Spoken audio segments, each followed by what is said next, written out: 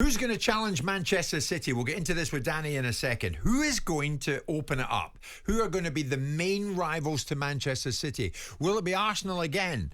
Will United come calling? Who's going to do it? Will Ange's Tottenham even be in the frame? According to Jurgen Klopp, his early take in the season sounds like this. Nobody besides maybe City can have the real target to become champion again this year. All the other teams fight for Champions League, and that's what we do as well. And then the earlier you qualify for the Champions League, and the further up you are there, if you're second in striking distance to first, then you might have a chance. But I don't know who will be there in a moment. There are a lot of expectations, a lot of speculations. But for us, it's not about that. For us, it's about the game tomorrow, then Darmstadt at Preston, and then Chelsea. That's the games I'm thinking about. And after that, we will see. So that was Jurgen Klopp. Danny, this is your Liverpool he's talking about. City's title. And it's going to be damn hard for anybody else to prize it off them. What do you take? We haven't started yet. Well, I think the main reason for going with that stance is to take the pressure off the boys a little bit. I find it difficult to believe that within inside the four walls of Melwood. Well, it's not Melwood now, is it? It is. Is it still called Melwood? I don't even know. I think it is. Yeah. Within the four walls of their own changing room, that they won't be saying to each other, "We can do this," because that's what Klopp does. You know, he made them title challengers. He won the title for Liverpool with the belief and the group together having that belief when nobody thought they could. So I don't think he loses that. But I understand him erring on the side of caution because they've lost a lot of players and they've got a lot of new ones coming in and more to come. So it's an evolving Liverpool team. So he's probably just suppressing expectation a little bit. There might be a few supporters who want him to say differently. Yeah, but what is this? I mean, City, Mahrez is gone. Gundogan's gone. Come on. They're there to be attacked. Surely by the likes of Liverpool, by the likes of United. I think because Ten Hag's talked about it as well and gone down a similar route. And what they're talking about, look, they've won it, 5 out of the last 6 years? Yeah. So really, they are the only ones who can say, yeah, we expect to win the title. But there's a difference between expecting. There's nothing wrong with Jurgen Klopp or Erik Ten Hag, as far as I'm concerned, coming out and saying, we're going to give this a good go. We'll be back. Because fans want to hear that. But with Liverpool and this huge transition, let's not forget the players they've lost in terms of the seniority and the leadership qualities of Milner, Henderson, all those types. So I understand it, but I think there's a bit of kidology there. I don't believe he doesn't think they can win. But we don't need kidology. We want to hear what they really think. That's my view, Alex. I mean, when he starts off... Yeah, but then you're putting yourself up to be shot down a little bit. So what? Yeah, do you know what, Jim? I'm with you.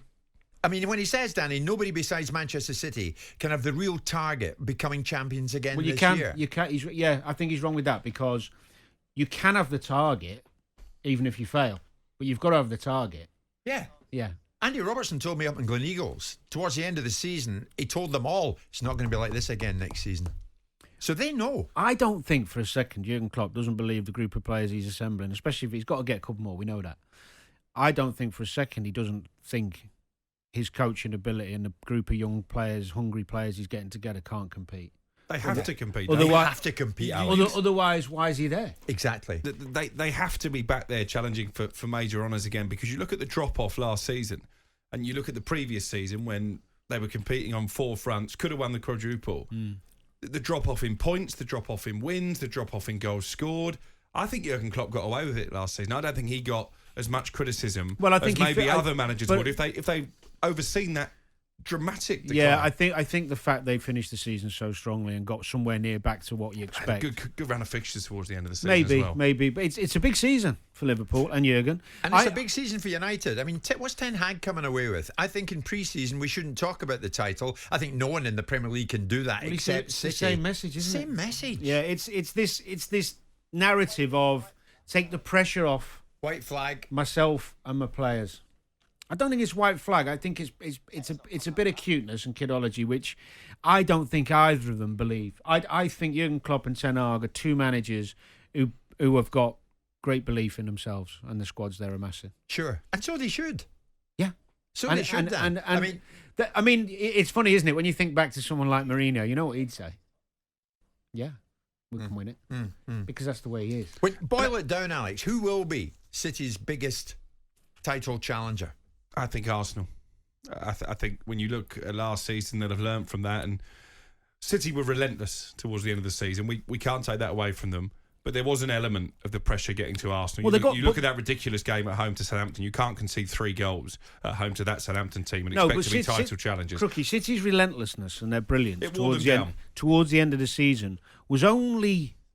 they were pushed to do that because of Arsenal's brilliance. Exactly. It wasn't a one-horse race last year. I know they pushed on, but Arsenal's quality was what created City's higher level at the end.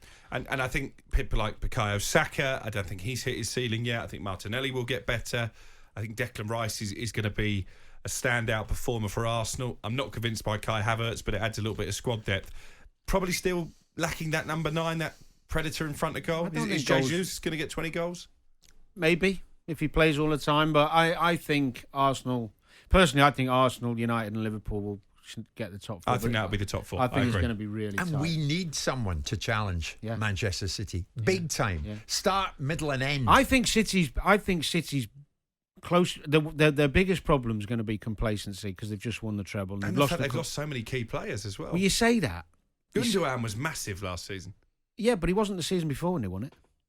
Oh, he was a big Came player. up with the big goals on the last day of the season. He did on the last day, but he didn't start as many games as you think. Bernardo Silva played most of the season next to Rodri. Well, let's boil it down Foden's as we gonna head play to the break. Is Klopp right? Is next season's title fight a one-horse race once again? And effectively, when you hear Ten Hag, are these clubs, the men at the top of these clubs, like Liverpool, like Manchester United, are they waving the white flag seemingly already before a ball is kicked in anger? City's title, are they right to do that?